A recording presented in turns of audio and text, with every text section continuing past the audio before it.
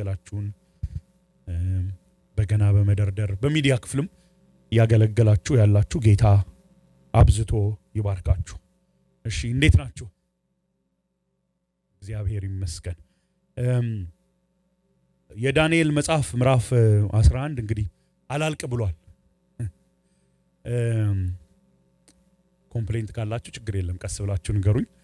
ዛሬ ምዕራፍ 11 ከቁጥር 36 እስከ 45 እናነብና በተለይ ይሄ ክፍል ስለማን ነው የሚናገረው የሚለውን የተነሱትን ሐሳቦች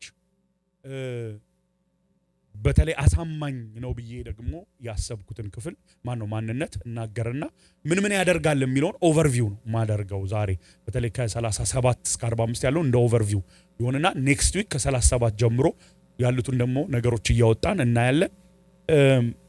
ዛሬ ወደ 12ም ሄድላለሁ። ስለዚህ በኋላ ላይ ሜቢ የዛሬ 2-3 ሳምንት በሰራውን ስራ ያቀልልኛል። እሺ ዳንኤል ምዕራፍ 11 ቁጥር 36 እናወጣና እናነባለን። ዳንኤል ምዕራፍ 11 ቁጥር 36 እስከ 45 ቢካዝ ምናገራቸው ነገሮች ወደታች ወደ ላይ ሞርጄ እንደ ኦቨርቪው ስላሉ ምንድነው የሚያወራው የሚል ጥያቄ እንዳይፈጥርባችሁ እነዚህን ክፍሎች አነባለሁ። በጌታ በኢየሱስ ስም አነባለሁ። እንዲህ ይላል። ንጉሱ ደስ እንዳለው ያደርጋል። ከአማልክት ሁሉ በላይ ራሱን እጅግ ከፍ በማድረግ በአማልክት አምላክ ላይ ተሰምቶ የማይታወቅ የስድብ ቃል ይናገራል። የቁጣውም ዘመን እስኪፈጸም ድረስ ይሳካለታል።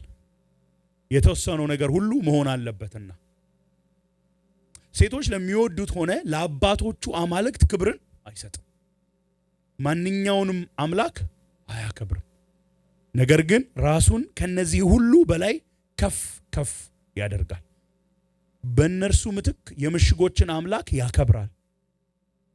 አባቶች የማያውቁትን አምላክ በወርቅ በብር በከበሩ ድንጋዮችና በውድ ስጦታዎች ያከብራል።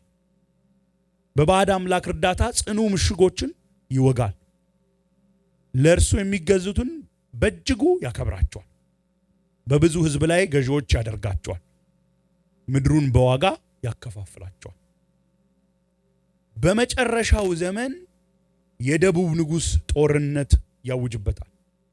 የሰሜን ንጉስ በፈረሶችና በሰረገሎች በብዙ መርከቦች እንደ ማዕበል ይመጣበታል። ብዙ አገሮችን ይወራል። እንደ ጎርፍም እየጠራረገ በመካከላቸው ያልፋል። መልካሚቱን ምድር ይወራል። ብዙ አገሮች በእጁ ይወድቃሉ። ኤዶም፣ ሞዓብና የአሞን መሪዎች ግን ከእጁ ያመልጣሉ። ስልጣኑ በብዙ አገሮች ላይ ያንሰራፋል። ግብጽ አታመልጥም። የወርቅና የብር ክምችትን እንዲሁም የግብጽን ሀብት ሁሉ በቁጥጥሩ ስር ያደርጋል። የሊቢያና የኢትዮጵያ ሰዎችም ይገዙለታል። ነገር ግን ከምስራቅና ከሰሜን የሚመጣ ወሬ ያስደነግጠዋል። ብዙዎችንም ለማጥፋትና ለመደምሰስ በታላቅ ቁጣ ይወጣል። ንጉሳዊ ድንኳኖችም በባህሮች መካከል ውብ በሆነው ቅዱሱ ተራራ ላይ ይተክላል። ይሁን እንጂ ወደ ፍጻሜው ይመጣል፣ ማንም አይረዳው ይላል። ንጉሱ ይለናል። ብዙ ጊዜ የምናሳልፈው ዛሬ እንዳልኳችሁ ንጉሱ ማን ነው?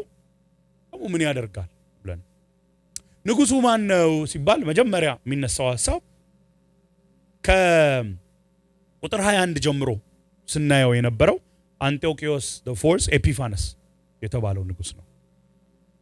ለምንድነው እሱ ነው ተብሎ የሚታሰበው? የሐሳብን ሽግግር የሚጠቁም ቃል አታዩ። ልክ ቁጥር 35ን ጨርሶ ንጉሱ ደስ እንዳለው ያደርጋል ብሎ ነው የሚጀምረው ይሄ ክፍል እና ምንም የሐሳብ ሽግግር አታዩበትም። የሐሳብ ሽግግር ስለማናይ የሐሳብ ሽግግርን ጠቋሚ ቃላት ስለሌሉ ኤፒፋነስ ነው የሚሆነው ይላሉ። እስቲ ማጠራከሪያ ልስጣችሁ። ቁጥር 7 ላይ እንሂድ። ዳንኤል ምዕራፍ 11 ቁጥር 7 ላይ ሄዱና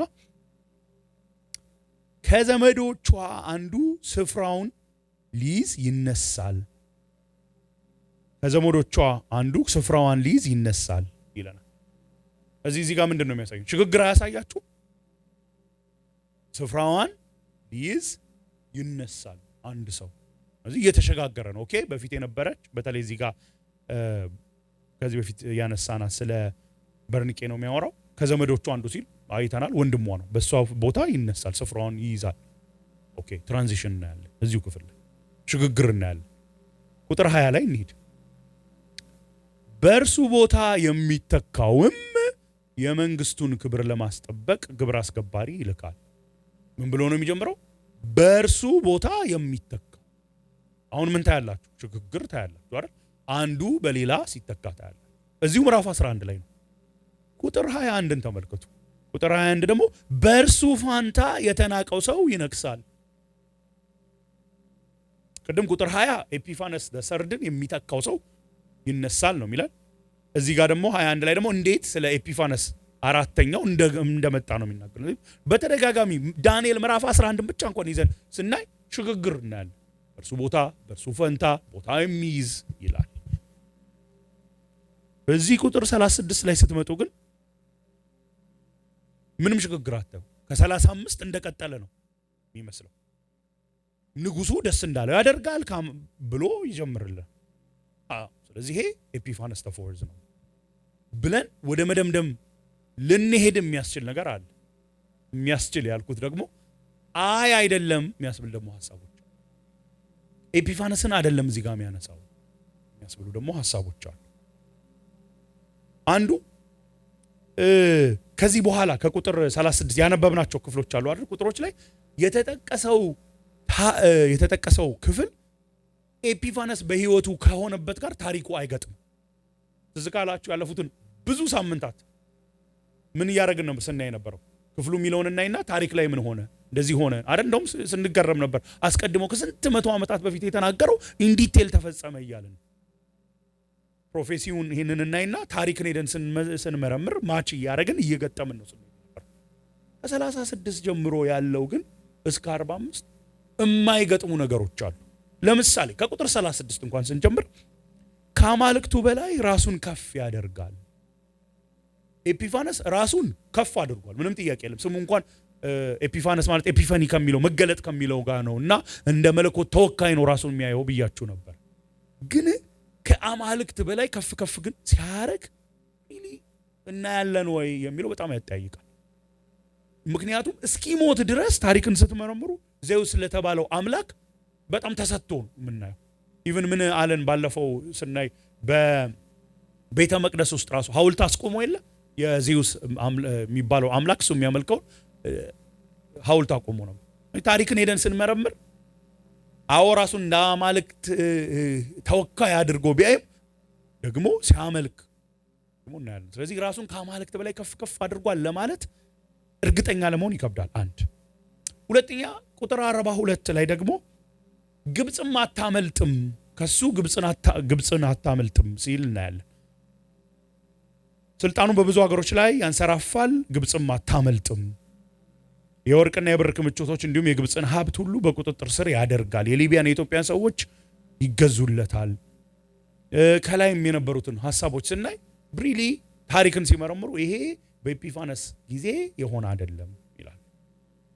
ከዛ አልፎ ደግሞ አሟሟትን ስንመለከት ቁጥር 45 ላይ ንጉሳዊ ድንኳኖች በባህሮች መካከል ውብ በሆነው ቅዱስ ተራራ ላይ ይተክላል ኢየሩሳሌም።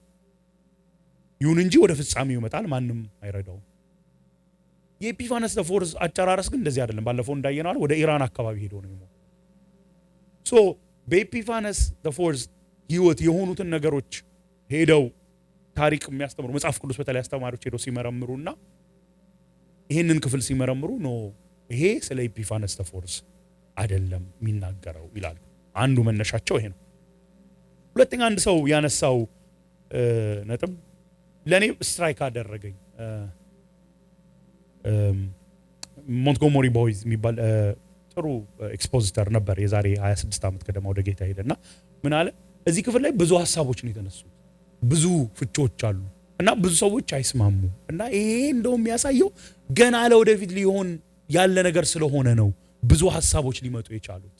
ኦሬዲ የተፈጸመ ታሪክ ቢሆን ብዙ እንደዚህ ቪውስ አይበዙም ነበረ፣ የተወሰነ ያህል ኮንሰንሰስ ይኖራል። ይሄ ግን ለወደፊት ገና ሊሆን ስለሆነ አሁንም ገና የተፈጸመ ስላልሆነ በተለይ በጣም የመጨረሻውን ዘመን የሚጠቁም ስለሆነ ለዛ ሳይሆን አይቀርም ኢቭን እንደዚህ ሐሳቦች እንኳን የበዙት የሚል ሐሳብ ያነሳል። አሁን ይሄንን እንደው በጣም እንደ ስትሮንግ ፖይንት ማንሳት ሳይሆን አንድ የሚነሳ ሐሳብ ነው። ግን ዋነኛ ይሄ ኤፒፋነስ ዘ4 ሳይሆን ሌላ ነው የሚያስብለው ከኤፒፋነስ ጋር ብዙ የማይገጥሙ ታሪኮች ስላሉ ከዚህ የተነሳ አማራጭ ሐሳቦች ይቀርባሉ እና አንዱ የሚቀርበው ሐሳብ ይሄ የሮም መንግስትን ነው የሚያነሳው። ስለዚህ the early Roman Empire በተለይ ጆን ካልቪን ወደዛ ያደላልና the early Roman Empire ነው ብለው ያነሳሉ። ግን ሁለት ችግሮች አሉ። አንደኛ እስካሁን ንጉስ እያለ ነው የመጣው እና ንጉስ ሲል ኪንግደም እያለን አይደለም፣ ስለ ኢንዲቪጁዋል ንጉስ ነው የሚናገረው። እዚህ ጋር መተን እስካሁን ያሉትን ንጉስ ኢንዲቪጁዋልስ ብለን መተን እዚህ ጋር ስንደርስ ንጉሱ እንደፈለገ ያደርጋል ሲል የሆነ ኢምፓየር ሳይሆን ማድረግ ያለብን ንጉስ ነው ማድረግ ያለብን የሚል ሐሳብ ይነሳል። ለኔ በጣም አሳማኝ ኢቭን አላነበብኩትም ጽሁፉን፣ ግን ኢቭን ካልቪን የጻፈው ጽሁፎቹ ላይ እሱም ራሱ ክፍተቶች እንዳሉ ያምናል። ኦኬ ሶ early Roman Empire ሚል ሐሳብ ይቀርባል። ግን አሁን ከነገርኳቸው አንፃር ቢያንስ ያው እንግዲህ አሁን እኔ አይደል እየሰበኩ ያለው፣ ስለዚህ እኔ ይሄኛው ቪው ጋር አልስማማም እላለሁ። ያው መድረክ ላይ ያለው ሰው ነው የሚለውን እመኑ ሳይሆን በተወሰነ ያን ሪፍሌክት አደርጋለሁ። ግን ኢምፖዝ አይደለም ማደርግባችሁ፣ እናንተ ነገሩን አይታችሁ እንድትመረምሩ እድሉን ሰጣችኋለሁ። ሁለተኛ ሌላ ማይነሱት ሄሮድን ነው። ሄሮድን፣ ሙሐመድን፣ ኢቭን የካቶሊክ ጳጳሶችን ፓፓሲ እነዚህን ያነሳሉ። አምስተኛ የሚያነሱት ይሄማ የክርስቶስ ተቃዋሚው አንታይ ክራይስት ውሸተኛው ሐሰተኛው ክርስቶስ ይላሉ። ወደ የትኛው እንደማመዝንና ለምን እንደማመዝን ከመጽሐፍ ቅዱስ ከማሳየቴ በፊት ግን እዚህ ጋር ምን ያሳየናል? በተለይ አንዳንድ ግልጽ ባልሆኑ ነገሮች ላይ ምን መምሰል አለበት አፕሮቻችን? ይህንን ክፍል ብቻ ሳይሆን ዳንኤል 11 ከቁጥር 36 ብቻ ሳይሆን ሌሎችንም ክፍሎች በተለይ ኤስካቶሎጂ አይደል ታውቃላችሁ፣ የመጨረሻው ዘመን በጣም ብዙ ቪዎች አሉ። በጣም የእግዚአብሔርን ቃል የሚወዱ ታማኝ የሆኑ በጣም ኢሴንሻል በሆኑ ነገሮች ምናምናቸው በደንብ በስርዓት ያጠኑ ሰዎች እንኳን እርስ በርሳቸው የተለያየ ቪው ይዛሉ። በቤተ ክርስቲያን ታሪክ ከነ ኦገስቲን እና አኳይነስን እነ ሉተርን ምናምን ያለ ኤድዋርድ ሌሎችንም ብታነሷቸው ሚሊያይ አቋም የሚይዙባቸው ብዙ ነገሮች አሉ፣ በተለይ መጨረሻው ዘመን። ስለዚህ እንደዚህ አይነት ጉዳይ ላይ በጣም ልዩነት ባለባቸው ይሄ ኢሴንሻል ዲፈረንስ ማለት ይሄ አይደለም። ጌታ ኢየሱስ ክርስቶስ እንደሚመጣ ሁሉም ይስማማል አይደል? ሁላችንም የሚያስማማ በተለይ ከኤስካቶሎጂ ጋር ግን አንዳንዶች ጋር እንዴት ነው ምንድነው መሆን ያለበት አፕሮቻችን? አንደኛ በጥንቃቄ ማጥናት ያስፈልጋል። መቼም መጽሐፍ ቅዱስን ሁሉንም በጥንቃቄ አይደል? በጥንቃቄ ነው የምናጠናው፣ ምክንያቱም የእግዚአብሔር ቃል ስለሆነ። የእግዚአብሔር ቃል ባይሆን በጥንቃቄ በጣም የምታከብሩትን ነገር ስትሰሙ እንዴት ነው ፎከስ ሆናችሁ አይደል? በጣም አሁን ጓዳችሁ ከሚገባ ጉዳይ ጋር የተገናኘ ነገር ከዋይት ሃውስ መግለጫ ቢወጣ ቀጥታ እናንተን የሚነካ ቢሆን እንዴት ነው የምትሰሙት? የሆነ ከፍታችሁ እየሰማችሁ የሆነ ነገር እየበላችሁ ምናምን አይደለም አይደል? ሲያወሯችሁ ሁሉ ምንድነው የምትሉት? ጸጥ በሉ፣ ቆይ ይሄን መስማት አለብን ብለን ነው የምንሰማው። ቀጥታ ከኛ ጋር ይገናኛል። በጣም ኢምፖርታንት ነው። የእግዚአብሔር ቃልማ ምንኛ አይደል? ቀጥታ ማን ነው እግዚአብሔር የሚለን እኮ ነው የሚነገረው። the most important person in the entire universe ማን ነው? እግዚአብሔር። አሁን ነገር ዞሮብን ሰው አደረግነው እንጂ እግዚአብሔር ነው። ምክንያቱም ዩኒቨርስ መገኛው እግዚአብሔር ነው። ደግፎ የያዘው እግዚአብሔር ነው። አንድ ቀን የሚጠቀልለው እግዚአብሔር። he is the most important person። እሱ ከሆነ ዋነኛው ፐርሰን፣ ይሄ ደግሞ የሱ ቃል ከሆነ በጥንቃቄ ነው ኤቭሪቲንግ ምናየው አይደል? ግን ደግሞ ስለ ስክሪፕቸር ስለ መጽሐፍ ቅዱስ ዶክትሪን ኦፍ ስክሪፕቸር የሚነሳ ክላሪቲ ኦፍ ስክሪፕቸር መጽሐፍ ቅዱስ ግልጽ ነው። በተለይ ከመዳን ጋር በተገናኘነ ጉዳይ አይኪዋቸው 160 እና ከዛ በላይ ለሆኑት ተብሎ አይደለም የተጻፈው አይደል? ህፃናትን እንኳን ጠቢባን ያደርጋል ነው የሚለው። ሙሴ ለእስራኤላውያን ልጆቻችሁን ይህን ቃል አስተምሩ ይላል። ስለዚህ የእግዚአብሔር ቃል ለልጆቻችን ልናስተምረው ሊገባቸው የሚችል ነው። አላዋቂ የሆነ ሰው ተምሮ ጠቢብ የሚሆንበት ነው ይለናል። ስለዚህ በጣም አስፈላጊ የሆኑ ፋውንዴሽናል የሆኑ ነገሮች ግልጽ ናቸው። በዚህ እንስማማለን።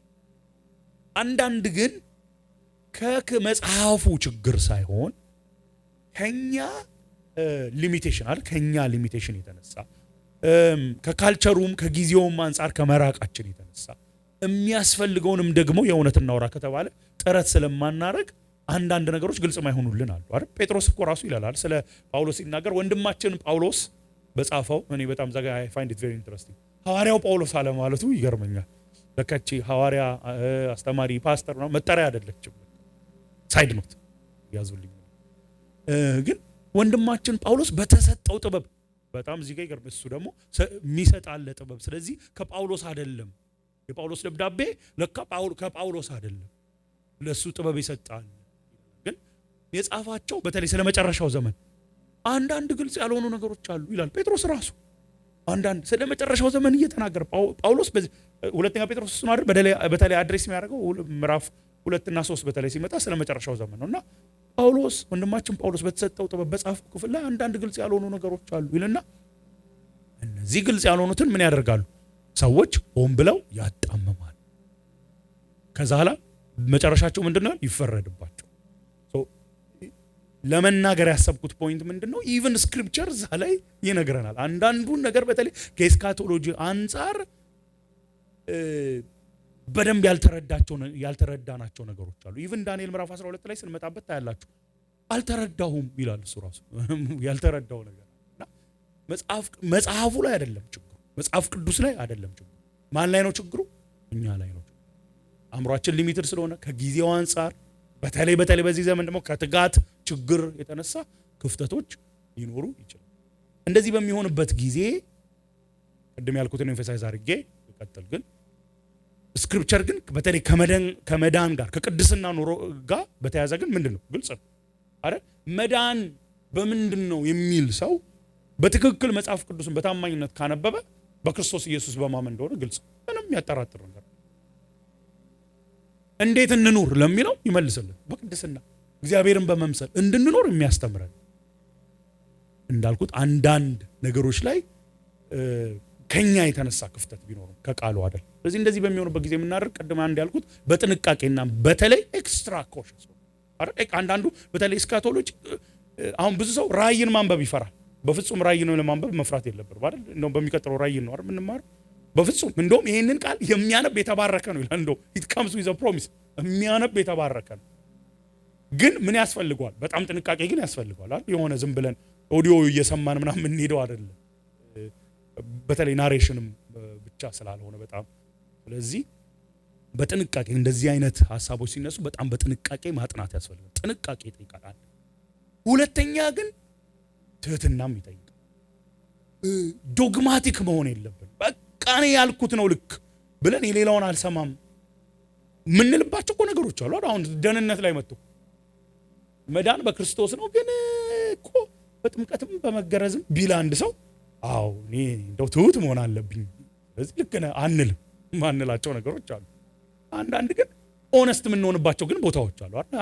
እነዚህ ነገሮች በጣም እነዚህ ምክንያቱም ስንፈታው ብዙ ጊዜ ምን ይሆናል አንዳንዱ ሄደን ብለን ጥያቄ እናነሳለን የሆነ አቋም 100% እንዳንይዝ ምን ማለት እንችላለን በቃ እኔ ከዚህ የተነሳ አይ ሊን ቱዋርድስ ዲስ ይሄ እነሞ ኦነስት እንሆናለን። እዚህ ጋር ግን ኮስችን እንዳደርግ የሚያደርጉኝ ነገሮች ምንላቸው እንደዚህ አይነት ነገር ሲያጋጥመን ቅድም እንዳልኳቸው አንደኛ በጣም ጥንቃቄ ኤክስትራ ኮሸስ መሆን በጣም በጥንቃቄ ሌሎች መመርመር፣ ሁለተኛ ደግሞ ትህትና ኦኬ እኔ በዚህ ምክንያት ነው የሚይዘው ግን 100% እርግጠኛ ነኝ ማልልባቸው ዶግማቲክ ባልሆነባቸው ነገሮች አሉ ማለት ያስፈልጋል። having said that እንግዲህ አሁን እሱስ አሁን የሰበከውን ያደርጋል ወይ እንግዲህ አሁን መርምሩ እድል ተሰጥቷቸዋል። እኔ ይሄ ሰው የክርስቶስ ተቃዋሚ ነው ብዬ እዚህ ጋር የሚናገረው ቅድም እንዳልኳቸው ኤፒፋነስ ነው ብዬ አላስብም። ቅድም ካነሳሁት ምክንያት የተነሳ የክርስቶስ ተቃዋሚ ነው ብዬ አስባለሁ። ግን ለምን የሚለው ደግሞ የማሳየት ኃላፊነት ስላለብኝ እሱን ለማሳየት እሞክራለሁ። ምክንያት እንደ ሰባኪኛ እንዲህ ነው ብቻ የማለት ግዴታ ኃላፊነት ሳይሆን ያለበት እንዲህ እንድል ደግሞ ያስባለኝ ይሄ ምክንያት ነው የሚለው የማሳየት ግዴታ አለብን። አለበለዚያ ምን ትሆናላችሁ እናንተ እኔ መጥቼ ያልኳችሁን ሁሉ ብሳሳትም ልክም ብሆን ይዛችሁ መሄድ ነው። እግዚአብሔርን ቃል ተጠቅሜ እኔ ወደዚህ ኮንክሉዥን የመጣሁበት በዚህ ነው ብዬ ለማሳየት እሞክራለሁ። መነሻ የሚሆነኝ ቁጥር 40 የዳንኤል መጽሐፍ ምዕራፍ 11 ቁጥር 40 በመጨረሻው ዘመን ይለናል። ይህንን ታሪክ ቅድም ከ36 ስላነበብኩኝ በደንብ ይገባቸዋል። ይሄ ንጉስ ባለበት እንደፈለገ የሚያደርገው ንጉስ ባለበት የመጨረሻው ዘመን የሚሆነው ጦርነት ብሎ ይነግረናል። ጦርነት የደቡብ የሰሜን ንጉስ ግብፅን ሁሉም የያዙ ሀብታቸውን መሰብሰቡ፣ ከዛ በኋላ ደግሞ ምን ይሆናል? መጨረሻው ይሆናል። ንጉሳዊ ድንኳኖቹ በባህሮች መካከል ቁጥር 45 ውብ በሆነው ቅዱስ ተራራ ላይ ይተክላል። ይሁን እንጂ ወደ ፍጻሜው ይመጣል፣ ማንም አይረዳውም። ከ36 እስከ 45 የሚያወራው ተመሳሳይ ሐሳብ እንደሆነ ይዘ ነው። በመጨረሻው ዘመን ይላል ቁጥር 40። ይሄ ንጉስ ያለው በመጨረሻው ዘመን ይልና በመጨረሻው ዘመን ግን ምን ይሆናል? መጨረሻው ዘመን ማለት የመጨረሻው መጨረሻ ነው ወይ ብለን ጥያቄ ብናነሳ ምዕራፍ 12 ላይ ነው። ምክንያቱም ሲጻፍ በምዕራፍ የተከፈለ አይደለም፣ ለማንበብ እንዲመቸን ነው። በዚያን ዘመን ይለናል። የመጨረሻውን ዘመን እያወራ አይደለ? በመጨረሻው ዘመን ይሄ ይሆናል ብሎ ቁጥር 1 ምዕራፍ 12 ላይ በዚያን ዘመን ስለ ሕዝቡ የሚቃወመው ታላቁ አለቃ ሚካኤል ይነሳል። በዚያን ዘመን ይሄ ንጉሱ የፈለገውን በሚያደርግበት ንጉሱ ባለበት ዘመን በመጨረሻው ዘመን በዚያን ዘመን እነዚህ ነገሮች ይሆናሉ። ምን? አንደኛ ታላቅ መከራ ይሆናል። በዚያን ዘመን ስለ ሕዝቡ የሚቃወመው ታላቁ አለቃ ሚካኤል ይነሳል። መንግስታት ከተመሰረቱበት ጊዜ ጀምሮ እስከዚያ ዘመን ድረስ ታይቶ የማይታወቅ ታላቅ የመከራ ጊዜ ይሆናል። ታላቅ የመከራ ጊዜ ይሆናል በዚያን ዘመን ሚካኤል ይነሳል። ታላቅ የመከራ ዘመን ይሆናል። ሁለት ያዛችሁ። ሶስተኛ ደግሞ የሙታን ትንሣኤ ይሆናል። ቁጥር 2 ነገር ግን በዚያን ጊዜ ስማቸው በመጽሐፍ ተጽፎ የተገኘው ሕዝብ ሁሉ ይድናሉ። በምድር አፈር ውስጥ ካንቀላፉት ብዙዎቹ ይነቃሉ። የሙታን ትንሣኤ ይሆናል። እሺ፣ ከዛስ አንዳንዶች ለዘላለም ሕይወት፣ ሌሎች ደግሞ ለውርደትና ለዘላለም ጉስቁልና ይነሳሉ። ምን ይሆናል? የዘላለም ፍርድ ይሆናል። ትንሣኤ ይሆናል። የዘላለም ፍርድ ይሆናል። ቁጥር 3 ጥበበኞች እንደ ሰማይ ጸዳል፣ ብዙዎችም ወደ ጽድቅ የሚመለሱ እንደ ከዋክብት ለዘላለም ይደምቃሉ። የዘላለም ሕይወት በዚያን ዘመን። በየትኛው ዘመን? ከቁጥር 36 ጀምሮ ቁጥር 40 ላይ ደርሰን በመጨረሻው ዘመን ያለ ቁጥር 36 ላይ ያለው ንጉስ መቼም ቁጥር 30 ማን ቁጥር 40 41 42 ላይ የሚያወራው ስለሱ እንደሆነ ግልጽ ነው አይደል? እሱ የሚያከራክር አይደለም። ከ36 እስከ 45 ያለው ስለሱ እንደሚያወራ የሚያከራክር አይደለም። ሊያከራክረን የሚችለው ከላይ ያለውን ኤፒፋነስን ይይዛል ወይ የሚለው ነው። ኤፒፋነስን እንዳይዝ የሚያደርጉ ምክንያቶችን ጠቅሻለሁ። ኢቭን ኤፒፋነስ ደግሞ በመጨረሻው ዘመን አለ እንዴ አይደል? አሁን እዚህ ጋር የሚያወራው ስለምን ነው ተባለ? የሙታን ትንሣኤ። አሁን እኮ ራሱ የሙታን ትንሣኤ ማለት እዚህ ጋር የሚያነሳው ይሄ ስፒሪቹዋል ሪዘሬክሽን ብቻ አይደለም አይደል? ምክንያቱም ተመልከቱት፣ በምድር አፈር ውስጥ ካንቀላፉት ብዙዎቹ ይነቃሉ። አንዳንዶቹ ለዘላለም ሕይወት፣ ሌሎቹ ለውርደትና ለዘላለም ጉስቁልና ይነሳሉ። እዚህ ጋር የሚያወራው ሊትራል ፊዚካል ሪዘሬክሽን በኤፒፋነስ ጊዜ አልሆነም ማለት የሙታን ትንሣኤ አለበለዚያ የሙታን ትንሣኤ ሆኗል ብሎ የሚናገሩ አሉ። እናንተ መካከል ብሎ ተሰሎንቄ እንደተጻፈው እንደገና ይጻፋል እና የሙታን ትንሣኤ ገና አልሆነም። የዘላለም ፍርድ አይደል ይነግረናል። ምክንያቱም የሚነግረን እኮ ፍርድ አንዳንዶች ለዘላለም ሕይወት፣ ሌሎች ለውርደትና ለዘላለም ጉስቁል ምንድን ነው ተፈረደ እያለ ነው አይደል? ይነሳሉ። አንዳንዶቹ ምን ይሆናል? ለዘላለም ሕይወት፣ አንዳንዶቹ ደግሞ ለዘላለም ጉስቁል የዘላለም ፍርድ ይሆናል። እዚህ ይሄ እያወራ ያለው at the very end የሚሆንበትን ዘመን ነው። እዚህ ደግሞ መጽሐፍ ቅዱስን ስንመረምር ደግሞ the very end ከመምጣቱ በፊት የሚመጣው ማን አለ? ሐሰተኛው ክርስቶስ አይደል? የክርስቶስ ተቃዋሚ። እሱ ብቻ ሳይሆን ማቴዎስ 24 ላይ እስቲ እንሂድ። አንድ ጊዜም ተመልሰን ማቴዎስ 24 ላይ መምጣታችን አይቀርም።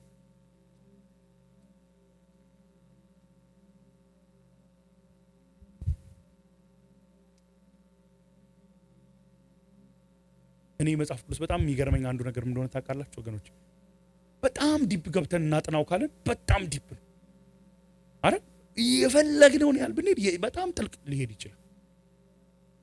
በጣም ያስገርመኝ እንደዚህ የእግዚአብሔር ቃል ካልሆነ ሌላው እኮ አይደል? አንብባችሁ ተመራምራችሁ የሆነ ጥልቀት ላይ ቢያንስ ከእናንተ ዘመን ያነበቡት ጋር ተደማምሮ ጥልቀቱን መጨረስ ይቻላል። የእግዚአብሔር ቃል ግን ጥልቀቱ አያልቅም። ቁጥር 21 ማቴዎስ ወንጌል ቁጥር 21 ጌታ ኢየሱስ በዚያን ጊዜ ዓለም ከተፈጠረ ጀምሮ እስከ ዛሬ ድረስ ሆኖ የማያውቅ ከዛም በኋላ የሚስተካከለው የሌለ ታላቅ መከራ ይሁን። ምን አስታውሳችሁ? ዳንኤል 12ን አላስታውሳችሁ? ይሄ ራሱ ዳንኤል 12 በዚያን ጊዜ ስለ ሕዝቡ የሚቆም ታላቅ አለቃ ሚካኤል ይነሳል። መንግስታት ከተመሰረቱበት ጊዜ ጀምሮ እስከዚያ ዘመን ድረስ ታይቶ የማይታወቅ ታላቅ የመከራ ጊዜ ይሆናል። ጌታ ኢየሱስ ክርስቶስ በኋላ መጣበታለሁ ማቴዎ 24 ላይ ስለ መጨረሻው ዘመን እየተናገረ ስለዚህ ይሄ ታላቁ መከራ እንኳን ግሬት ትሪቡሌሽን የምንለው የሚሆነው በኤጲፋንስ ጊዜ አይደለም፣ ገና አልሆነ። ስለዚህ ታላቁ መከራ የሙታን ትንሣኤ፣ የዘላለም ፍርድ፣ የዘላለም ህይወት መሆኑ በኋላም ኢቭን በሚቀጥሉ ሳምንታት ስለምንመጣ ነው። ይሄን መጽሐፍ ዝጋው የፍጻሜው ዘመን እያለ ቁጥር 4 ቁጥር 6 ቁጥር 7 ቁጥር 9 ቁጥር 13 ደጋግሞ ይሄን ይናገራል። እዚህ ጋር የሚያመለክተው በመጨረሻው ዘመን ስለሚመጣው የክርስቶስ ተቃዋሚ ነው የሚል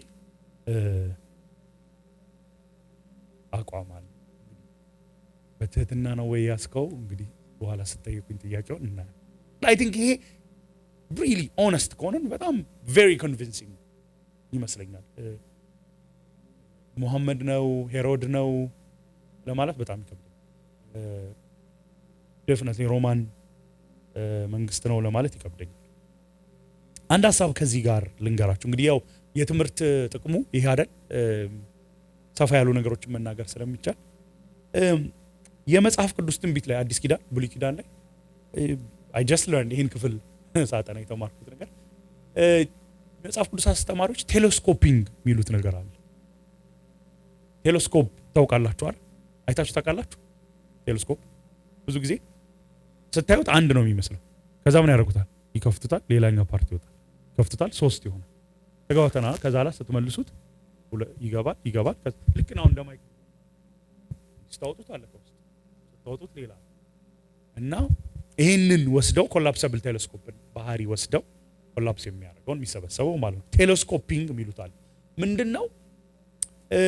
በአዲስ ኪዳንም ቢሆን በብሉይ ኪዳን ስለ አንድ ነገር ትንቢት ላይ መጀመሪያ ስታነቡት የሚመስላችሁ ስለ አንድ ነገር እየተናገረ ትንቢቱ፣ ጠጋ ብላችሁ ግን ስታነቡት በደንብ ስታጠኑት 2ም 3ም ነገር ውስጡ እንዳለ ታያላችሁ። ጅማሬና መጨረሻ አንዳንዴ መርጅ ተደርገው ታያላችሁ። ስለዚህ ስታነቡት ጅማሬው መጨረሻ እዚህ ውስጥ እንዳለ አትረዱ። ግን በደንብ ስታጠኑት ይሄ ነገር ጅማሬ ያለው መጨረሻ አለው፣ ወይም በሌላ ቋንቋ ፓርቶች አሉ። የተለያየ ነገር ነው የሚናገረው ማለት የማያያዙ አይደለም፣ ተያያዥ ግን የተለያዩ። ምሳሌ ልስጣችሁ። ማቴዎስ ወንጌል እንደገና እንመለስ። ማርቆስ 13 ሉቃስ 21 ላይ ያለ ክፍል ግን በማቴዎስ 24 እናንበው። ማርቆስ 13 ላይ ያለ፣ ሉቃስ 21 ላይ ያለ። ማቴዎስ 24 ከቁጥር 1 እስከ 3 ኢየሱስ ከቤተ መቅደስ ወጥቶ ሲሄድ ደቀ መዛሙርቱ የቤተ መቅደሱን ሕንፃ ሊያሳዩት ወደ እርሱ ቀረቡ። እርሱ ግን ይህን ሁሉ ታያላችሁ? እውነት እላችኋለሁ ድንጋይ በድንጋይ ላይ ተግቦ የምታዩት ሳይፈርስ እንዲህ እንዳለ የሚቀር ድንጋይ እንኳን አይኖርም። ምንድነው ድንጋዩ? ቤተ መቅደሱ ባጭሩ ምንድነው? ይፈርሳል። አሁን ስታዩት ያምራል አይደል? እንደው የማርቆስ ላይ ሄዳችሁ ስታነቡ እነሱ ናቸው ኮንቨርሴሽኑ የሚጀምሩት። አያምርም ይሉታል ጌታ። አያምርም? በቃ እውነትም ያምራል። በጣም ጊዜ ተወስዶ የተሰራ ነው። ሰከንድ ቴምፕል በተለይ ሄሮድ በደንብ ያደሰው ነው። አያምርም ሲሉት አንድ ቀን ይሄ ይናዳል ይላቸዋል። ከዛ እቺን ነው የምፈልገው ጥያቄውን። ደብረ ዘይት በሚባል ተራራ ላይ ተቀምጠው ሳለ ደቀ መዛሙርቱ ለብቻቸው ወደ እርሱ ቀርበው ማርቆስ ላይ ይነግረናል። እነ ጴጥሮስ፣ ዮሐንስ፣ እንድሪያስ፣ ያዕቆብ ብሎ ይነግረናል። እስቲ ንገረን፣ አሁን ጥያቄውን እንድታዩልኝ እፈልጋለሁ። በደንብ ኦብዘርቭ እናድርግ። እስቲ ንገረን የምትለን ሁሉ መቼ ይሆናል? ምንድን ያላቸው? ከላይ ምንድን ያላቸው? ድንጋይ በድንጋይ ላይ አይደል ሆኖ አይደል መፍረሱ አይቀርም። ቤተ መቅደሱ መፍረሱ አይቀርም አይደል? የምትለን ነገር ባጭሩ ምንድነው? ቤተ መቅደሱ የሚፈርሰው መቼ ነው? ቀጥሎ ግን ሌላ ጥያቄ አለ። የመምጣትህና የዓለም መጨረሻ ምልክቱስ ምንድን ነው? ቤተ መቅደሱ የሚፈርሰው መቼ ነው? የመምጣት የዓለም መጨረሻ ደግሞ ምልክቱ ምንድነው? ከዛ ይህን ክፍል ስታዩ በደንብ ካያችሁት ምንም ማያጠራጥር በሰባ ኤዲ ስለሚሆነው ነገር ይናገራል አይደል? ሰባ ኤዲ ምንድነው የሆነው? ቤተ መንግስቱ ይፈርሳል። ግን ማቴዎስ 24 ስለ እሱ ብቻ ነው የሚናገር ብታስታውሱት ከሆነ አይደል? ሌላም አልፎ ይናገራል አይደል? ስለ ፀሐይ ስለ መጨለመ የተለያዩ ስለ ምንድን ነው የሚናገረው? ስለ መምጣቱም ይናገር አይደል? ቤተ መቅደሱ መቼ ነው የሚፈርሰው? የመምጣት ምልክትስ የመምጣትና የዓለም መጨረሻው ምልክቱስ ምንድነው? የመምጣት የዓለም መጨረሻው ምልክቱ ምንድነው? ቤተ መቅደሱ የፈረሰ ጊዜ መጥቷል እንዴ? ባይዞ መጥቷል የሚሉ ሰዎች አሉ። ግን መጥቷል ጌታ። ሁለተኛ the second coming hasn't happened። አያችሁ። ስለዚህ ሁለት የተያያዙ ግን የተለያዩ ቤተ መቅደሱ መፍረሱ የጌታ መምጣቱ የመጨረሻው ዘመን ምልክቶች አብረው እዚህ ክፍል ላይ ታዩታል። ማቴዎስ ወንጌልን ካጠናችሁ አይ ቲንክ በዲሳይፕልሺፕ ስናየው ነበረ። ሪሊ በደንብ ቅድም ያልኩት ሐሳብ ይወጣ በደንብ በጥንቃቄ ማንበብ ያስፈልጋል። እዚህ ጋር የሚያወራው ስለ ቤተ መቅደሱ መፍረስ ነው። እዚህ ጋር የሚያወራው ስለ መምጣቱ ምልክት ነው ማለት አለ። ቴሌስኮፒንግ የሚለው ይሄ ነው። የተለያዩ ከላይ ስታዩት አንድ ነገር ይመስላል። ቀረብ ስትሉ ግን የተለያዩ የተያያዙ ፓርቶች አሉ። ሌላ ማንበብ ባያስፈልገንም ሌላ ኤግዛምፕል ደግሞ ልስጣችሁ። መጥምቁ ዮሐንስ ስለ ክርስቶስ ኢየሱስ መምጣት የተናገረ ሰው ነው አይደል? ስራው ምንድነው?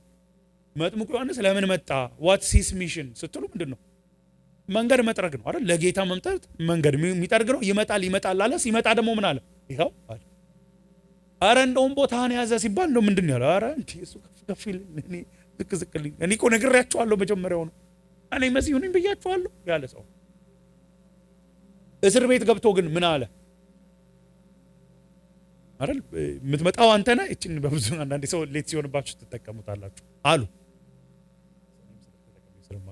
የምትመጣው አንተ ነህ ወይስ ሌላ አንጠብቅ ብላችሁ አታውቁም እንዴ? ኤልዬ ቴንክ ዩ አንተ አድሚት ስላደረክ። ሌላው ግን ምናምን አለ። የምትመጣው አንተ ነህ ወይስ ሌላ አንጠብቅ? ለምን? ምንድነው የነበረው ኤክስፔክቴሽን ይሆናል አይደል? ከዛ ጌታ ኢየሱስ ክርስቶስ ራሱ መልስ ምንድነው አይደል? የሚሆነውን ምልክቶች ይነግሯል። ሽባዎች፣ አንካሳዎች፣ ዕውራን እንደዚህ የሆነውን ወንጌል እየተሰበከ ስለሚመጣው ክርስቶስ ያለው እውቀት አለ፣ ግን ጅማሬና መጨረሻም አለው አይደል? ምክንያቱም የመጨረሻው ኤክስፔክቴሽኑ ይሄ በቃ ሁሉ ነገር ሰላም ሆኖ ሁሉ ነገር ታድሶ መቼ ነው የሚሆነው? ተመልሶ ሲመጣ። ሁለተኛ ምሳሌ ይሄን የሚሰጠው። ሶስተኛ ደግሞ በጣም ግልጽ የሚሆነው ኦልድ ቴስተመንትን ስታዩ አንዳንዱ ነገር ኢሳይያስን ለምሳሌ ውሰድ። አንዳንዱ ነገር ስለ መጀመሪያ መምጣቱ ይናገራል። አንዳንዱ ነገር ስለ ሁለተኛ መምጣቱ ይናገራል። በተለይ በሚሌኒየም ኪንግደም ደግሞ የምታምኑ ከሆነ ሚሌኒየም ኪንግደሙ አለ፣ ከዛ ደግሞ መጨረሻ ደግሞ አዲስ ሰማይ አዲስ ምድር የሚሆንበታል። እና አንዳንዱ ነገር በጣም ተያይዞ ስለተጻፈ ለመለየት ጥንቃቄ በጣም ይጠይቃል፣ ትጋት ይጠይቃል። ለዛ እኮ ነው እስራኤላውያን ብዙዎቹ ያልተቀበሉት መሲሁን እኮ ለዛ ነው። መሲሁ እኮ አንድ ቀን እኮ ሊገዛ ይመጣል አይደል እንዴ? ሐዋርያቱ እኮ ራሱ መልሰው ጠይቀውታል አይደል? ለእስራኤል መንግስትን የምትመልሰው መቼ ነው? ከሞት ተነስተው አንድ ቀን እኮ ይመለሳል። ያ ግን የሚሆነው ጊዜው ለእናንተ አይደለም ብሎ ይነግራቸዋል። እናንተ አሳይመንት ሌላ ነው። ከምን መጣ ስትሉ ኦልድ ቴስተመንት ፕሮፌሲ ስታዩ ይሄ አለ፣ ቴሌስኮፒንግ አለ። መጨረሻ ላይ የሚሆን መጀመሪያ ላይ የሚሆን መሀል ላይ የሚሆን አንድ ላይ መርጃ አድርጎ ሰው ስለሚያዩ እዚያ ነገር ያጋጥም። ይህን ሁሉ ያልኩት ለምንድን ነው? የዳንኤል ምዕራፍ 11ም እሱ ነው። ስናነባው እስከ ኤፒፋነስ እያነበብን አሁንም ኤፒፋነስ የቀጠለ ይመስለናል፣ ግን ሌላ ፓርት ወጥቷል። የትኛው? የክርስቶስ ተቃዋሚ። ኦኬ ምን ያደርጋል? ቶሎ ልበል። ደስ እንዳለው ያደርጋል። በአዲሱ ትርጉም የቀደመው ደግሞ እንደ ፈቃዱ ያደርጋል። ደስ እንዳለው እንደ ፈቃዱ ያደርጋል። ባይዘው ይሄ ሐሳብ ዳንኤል ምዕራፍ 11 ቁጥር 36 ላይ ብቻ አይደለም የተጠቀሰው። መሄድ ባያስፈልገንም ዳንኤል ምዕራፍ 8 ቁጥር 4 ላይ ይሄ ሀፕን ያደርጋል። በተለይ ስለ ቂሮስ የሚናገረው በአውራ በግ አይደል ፓስተር ኢሉ ሲያስተምረን የነበር ክፍል ላይ የተመሰለው ላይ ማለት ነው። እንደ ፈቃዱ ወይም ደስ እንዳለው ዳንኤል 8:4 ላይ ዳንኤል 11 እዚሁን ዳንኤል 11 3 ላይ ከዚያም በኋላ በታላቅ ኃይል የሚገዛና የወደደን ሁሉ የሚያደርግ ኃያል ንጉስ ይነሳል። ስለ አሌክዛንደር ዘ ግሬት ሲናገር ቁጥር 16 ስትሄዱ መልሳችሁ ወራሪው ደስ ያሰኘውን ያደርጋል። ይሄ ደግሞ አንቲዮኮስ the third the great ስለዚህ የኤጲፋነስ አባት ማለት ደስ እንዳለው ያደርጋል፣ እንደ ፈቃዱ ያደርጋል የሚለው ይሄ የመጀመሪያው ንጉስ አይደለም። በዳንኤል መጽሐፍ በምዕራፍ እንኳን 11 ላይ ሶስተኛ ሰው ነው። በዳንኤል መጽሐፍ ላይ ቢያንስ አራተኛ ሰው ነው ሲናገር። በቃ ራሱን በቃ ሉዓላዊ የሆነ ይመስላል። ፓወርፉል ነው፣ ኃያል ነው። እንደውም አንድ ቦታ ላይ ሰልፍ ዊልድ ነው። በቃ ከፈለገ የፈለገውን ያደርጋል። አያችሁ እነዛ ነገስታት ሞር እንደምንድናቸው እንደ ጥላ ናቸው። እንደ ጥላ እየሆኑ ይመጡና እዚህ ጋር በኋላ ታዩታላችሁ የባሰበት ነው የሚሆነው። ምናያቸው እኮ ነገስታት አሪፍ ነገስታት አይደለም ምን አይደል? እንደውም ከዚህ በፊት ስንማር እኮ ፓስተር ኤሉም ሲነግረን የነበረው በአውሬ እኮ የተመሰሉት ለዛ ነው። በቢስት ለምን ተመሰሉ ስትሉ ክፋታቸውን፣ ጨካኝነታቸውን ለማሳየት። ግን ጨካኝ ሆኖ መጥተው አንቲዮኮስ የሚባለው ባይዘው በጣም ጨካኝ ነው። ልጁን ስታዩ ደግሞ ነው የምትሉት ኤጲፋንስ አይደል? አውርተናል። በሚቀጥለው ሳምንት ደግሞ እናያለን። ይሄኛው ደግሞ የከፋ ነው። የፈለገው እንደ ፈቃዱ የሚያደርግ ነው። በቃ ሉዓላዊ የሆነ ይመስላል፣ ኃያል ነው። እየባሰ ሲመጣ ደግሞ እዩት። ከአማልክት ሁሉ በላይ ራሱን እጅግ ከፍ በማድረግ በአማልክት አምላክ ላይ ተሰምቶ የማይታወቅ የስድብ ቃል ይናገራል። ምን? ከአማልክት ሁሉ በላይ ራሱን እጅግ ከፍ ያደርጋል። አሁን ከአማልክት እኩል ነኝ ነው የሚለው? ከአማልክቱ አንዱ ምንድነው? በላይ ብዙዎቹ ስታዩቸው ከአማልክት እንዳንዱ ነው ራሳቸው የሚያዩ፣ ወይም የአማልክት ተወካይ አድርገው ነው የሚያዩ። ኢቭን ለዛ ነው ቅድም ይሄ ክፍል ኤጲፋነስ አይደለም ተብሎ የሚነሳው። ኤጲፋነስ የሚያመልከው አለ እንደ አማልክት እንደ ተላከ ነው እንጂ የሚያየው ከአማልክት ሁሉ በላይ አድርጎ ራሱ አያይ። ሁለት የሚነሱ ክፍሎች አሉ ከዚህ ጋር በተያያዙ እነሱን እንድናይ ፈልጋለሁ። ሞር እንደ አፕሊኬሽንም ያገለግላሉ። ኢሳይያስ 14 ላይ ኢሳይያስ 14 ቁጥር 12 ጀምሮ የዚህ ሰው ትቢት እንደፈለገ ያደርጋል። ራሱ እንደ ሉዓላዊ ነው አቅም ያደረገው። ትቢተኛ ነው። ከአማልክት በላይ ሁሉ ነኝ፣ ከአማልክት ሁሉ በላይ ነኝ ይላልና ኢሳይያስ 14:12 ላይ አንተ የንጋት ልጅ የሚለው በላቲን ሲተረጎም ሉሲፈር፣ አንተ የንጋት ልጅ አጥቢያ ኮከብ ሆይ እንዴት ከሰማይ ወደክ? አንተ ቀድሞ መንግስታትን ያዋረድክ እንዴት ወደ ምድር ተጣልክ? በልብህ እንዲህ አልክ፣ ወደ ሰማይ አርጋለሁ፣ ዙፋኔን ከእግዚአብሔር ከከዋክብት በላይ ከፍ አደርጋለሁ። በተራራው መሰብሰቢያ በተቀደሰው ተራራ ከፍታ ላይ በዙፋኔ ላይ እቀመጣለሁ። ከደመናዎች ከፍታ በላይ አርጋለሁ፣ ራሴንም እንደ ልዑል አደርጋለሁ። በልዑሉ ቦታ በእግዚአብሔር ቦታ እሆናለሁ ያለው ሉሲፈርን ያስታውሰን። ሌላ ደግሞ ማን እንደሚያስታውሰን ታውቃላችሁ?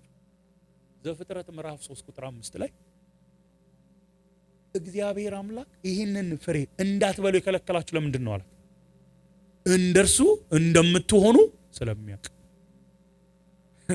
እና አዳምም እኮ የፈለጉት እሱ ነው። እንደ እግዚአብሔር መሆን ነው የፈለጉት። ምን ማለት ነው?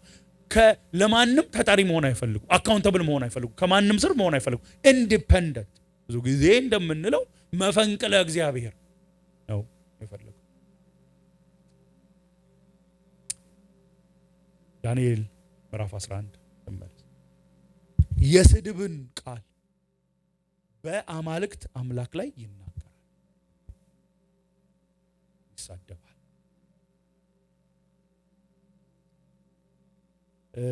ዳንኤል 7:20 እና 25 ላይ ቶሎ ብዬ ላንብባቸው። ዳንኤል 7 በጣም በቃ የበለጠ ደግሞ እርግጠኛ እንድንሆን ኤጲፋነስ ሳይሆን ሞር የክርስቶስ ተቃዋሚ ነው የሚለው ሐሳብ በጣም አሳማኝ እንደሆነ የሚያሳየው ቁጥር 19 ነው። ዳንኤል 7 ቁጥር 19 ላይ ከዚያም የሚያደቀውና የሚበላውን የቀረውን ሁሉ በእግሮቹ የሚረጋግጠው የብረት ጥርሶችና የናስ ጥፍሮች የነበሩት ከሌሎች አራዊት የተለየና እጅግ አስፈሪ የሆነው አራተኛው አውሬ እውነተኛ ትርጉም ማወቅ ፈለኩ። ይሄኛው አውሬ ማን ነው? ግሪክ ነው? ማን ነው? ሮም አይደል? ኤፒፋነስ ደግሞ የማን ነው? የግሪክ እኮ ነው። ኤፒፋነስ እኮ የግሪክ እኮ ነው። ስለዚህ ይሄ የሚያሳየው ማን ነው? ሮም ነው። ሮም ነው። ስለዚህ ኤፒፋነስ ማለት በጣም የሚከብደው ለዚህ ነው። ከዛ ምን አረገ ደግሞ በራሱ ላይ ስላሉት 10 ቀንዶች ከመካከላቸው ብቅ ስላለው ቀንድና ከዚሁ ቀንድ ፊት ስለተነቃቀሉት 3 ቀንዶች እንደዚሁም ከሌሎቹ ስለበለጠው የሰው አይኖች የመሳሰሉ አይኖች በትዕቢትም የሚናገር አፍ ስለነበሩት በትዕቢት የሚናገር ከሮም የመጣው በትዕቢት የሚናገር ቁጥር 25 ላይ እንደው በልዑሉ ላይ የአመፅን ቃል ይናገራል ይላል። ይሄ የግሪኩ ሳይሆን ከሮም የመጣው በልዑሉ ላይ የትዕቢትን ቃል ይናገራል። ብላስፈሚ የፈለገውን ነው የሚያደርገው። እንደ ሉዓላዊ ነው። ራሱን ከአማልክቶች ሁሉ በላይ አድርጓል። በእግዚአብሔር ላይ በልዑሉ ላይ ሲል አሁን ሌሎቹን ሳይሆን ማንን? በእግዚአብሔር በያህዌ ላይ ብላስፈሚ ይናገራል። እና ይሄ ይሳካለታል። አንዳንዴ እኮ በጣም ይገርመኛል። ዊ ኤክስፔክት ኢቭል ምድር ላይ ይሳካም ብለን ነው አይደል? ብዙ እኮ ጥያቄ ያለ ለምንድን ነው ለእግዚአብሔር ካለ ለምን ኢቭል ኤግዚስት ያደርጋል? ለምን ኢቭል ይሳካለታል? መጽሐፍ ቅዱስ ደግሞ የሚለው ምንድን ነው? እንዴ ኢቭልማ ገባ ወደ ዓለም በአዳማ ኃጢአት ምክንያት ኢቭልማ ገባ። ያ ሪቨርስ የሚደረገው ኮምፕሊትሊ ሪቨርስ ዋይፕ አውት የሚደረገው መቼ ነው? ክርስቶስ ኢየሱስ ተመልሶ ሲመጣ ነው። እንዴ መጽሐፍ ቅዱስ እኮ የብዙ ኢቭልን እኮ ነው የሚተርክልን አይደል እንዴ? አይደለም? ዘፍጥረት ምዕራፍ 4 ምንድን ነው የሚነግረን? ወንድሙ ገደለ፣ ቀና ገደለ እያለ ነው የሚነግረን። ምዕራፍ 5 ላይ ሞተ ብሎ ነው የሚነግረን። መጽሐፍ ቅዱስ እኮ በምድር ላይ ኢቭል የለም ይለናል እንዴ? በፍጹም አይለን። እንዴት አድርገን እንደምንፈታው ነው ግራ የሚገባው። እንዴት እግዚአብሔር ካለ እንዴት ኢቭል ይሆን እንዴ? እንደውም እኮ እየነገረን ያለው ይሄ ነው። ሰው ስላመፀ በኃጢአቱ ምክንያት የወደቀች ዓለም ስሮች ኢቭል አለ። አንድ ቀን ግን ተመልሶ ይመጣል፣ የዘላለም መንግስትን ይመሰርታል። ያኔ ኢቭል የሚባል ሁሉ ምን ይሆናል? ቸርች ይደረጋል፣ ይቀጣል። እያንዳንዷ ታውቃላችሁ ትወራረዳለች። አያችሁ የኛ ቪው በ70 እና በ80 ዓመት ሊሚትድ። በዚህ 70 እና 80 ዓመት ሁሉ ነገር ካልተወራረደ ኢትስ አንፌር። እኛ ግን አይደለንም ዳኞች። ዳኛው ማን ነው? እግዚአብሔር። እግዚአብሔር ደግሞ የሚያየው ነው ከኢተርኒቲ አንፃር። ኢተርኒቲ ይወራረዳል፣ ኢቭል ይወራረዳል። ለዛ እኮ በክርስቶስ ኢየሱስ ካልተጠለልን በቃ እግዚአብሔር ቅን ፈራጅ ስለሆነ ይፈረድብናል። እንደ ስራቸው ይፈረድባቸዋል እኮ ነው የሚለው አይደል ራእይ ላይ። ሰው እኮ በእውነት እንደ ስራው እኮ ነው የሚፈረድበት። እንደ ስራው ስለሚፈረድበት ነው ሰው በስራው መዳን የማይችልም። እንደ ስራው ሲፈረድበት ማናችንም ስራ እኮ በቂ አይደለም። የማን ስራ ነው በቂ? የክርስቶስ ኢየሱስ። በሱ ስር ነው የምንጠለል። በክርስቶስ ስር ከተጠለልን ክርስቶስ ሲመጣ ምንድን ነው ያለው? ሪዋርድ ነው ያለው። ልዩነቱ ምንድን ነው? ሪዋርድ ላይ ነው እንጂ ባይዞይ ፓኒሽመንት ትጠብቃላችሁ እንዴ? በክርስቶስ ኢየሱስ ሆናችሁ ጌታ ሲመጣ እኮ እንዳትጠብቁ። አንዳንድ ሰዎች እንደዛ የሚጠብቁ አሉ። እሱ ከሆነ ወደ ፐርጋቶሪ እየሄድን ነው ማለት ሌላ። በዘመናት መካከል ካቶሊክ ቸርችን ያላዋጣ ክርስቶስ ኢየሱስ ሲመጣ አሁን በክርስቶስ የሆኑ እኔ የለባቸው there is no condemnation now for those who are in Christ Jesus። ያንን ከማለቱ በፊት ግን ጳውሎስ ምንድን ነው የሚለው? የኃጢአትን ትግል እኮ ይነግረናል። ሮሜ 7 ላይ ማን ነው ከዚህ ጎስቋላ አካል ስጋ የሚያድነኝ ብሎ ጌታን እያመሰገነ ይቀጥላል። ትሩሊ በክርስቶስ ካመንን እግዚአብሔር የኛን ፍርድ ለኛ የተገባውን ፍርድ ማን ላይ አድርጎታል? ክርስቶስ ላይ አድርጎታል። ይሄ ደብል ጆፐርዲ የሚባል ነገር አለ አይደል? በአንድ ወንጀል ሁለት አይቀጣም ሰው እዚህ ሀገር ራሱ በአንድ ወንጀል 2 ጊዜ።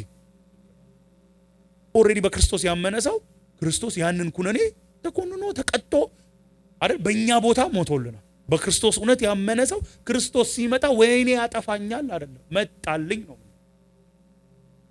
ያ ግን ኦብቪየስሊ እንደምታውቁት ለኃጢአት ግን ላይሰንስ አይሰጠንም ማለት ኢቭን ደህንነት አልገባንም ማለት ነው።